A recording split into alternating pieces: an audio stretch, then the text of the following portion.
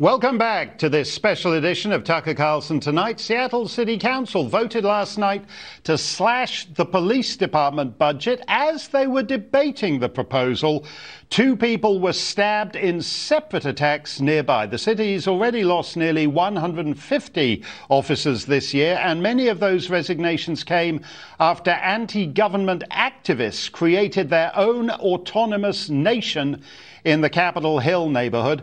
Jason Rantz is a radio host who's been covering the situation in Seattle for us. Jason, it's great to have you on the show. You know, when they talk about reimagining the police, they always say, well, if you send some big guy around with a gun, you're just going to escalate the situation. And they prefer to think that if you call 911, you might send over a social worker. The lady who died last night, who actually works with people who are in crisis at the bottom of society, is exactly the kind of person they want to replace armed policemen with.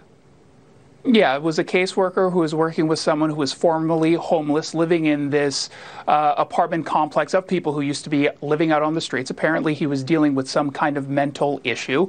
He walked into this apartment complex armed with a hunting knife. He stabbed her to death when police showed up. She had a hunting knife sticking out of her back. She was dead.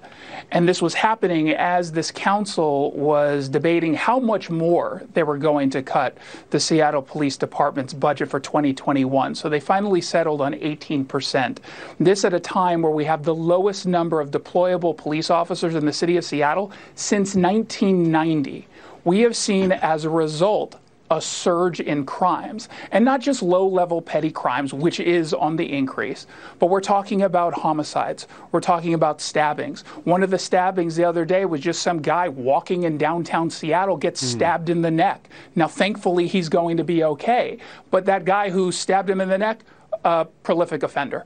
So we've got bad guys, criminals who are walking around, they're not getting punished, and we don't have enough police officers to keep the city safe. Why would you be a policeman in 2020 in these Democrat cities?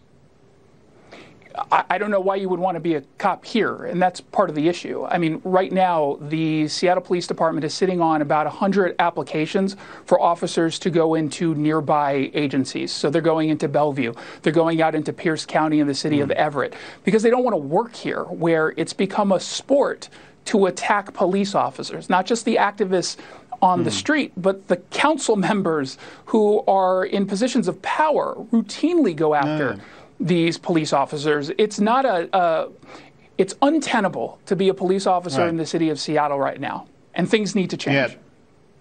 That's the best way of putting it. Jason, thank you for that, and happy Thanksgiving.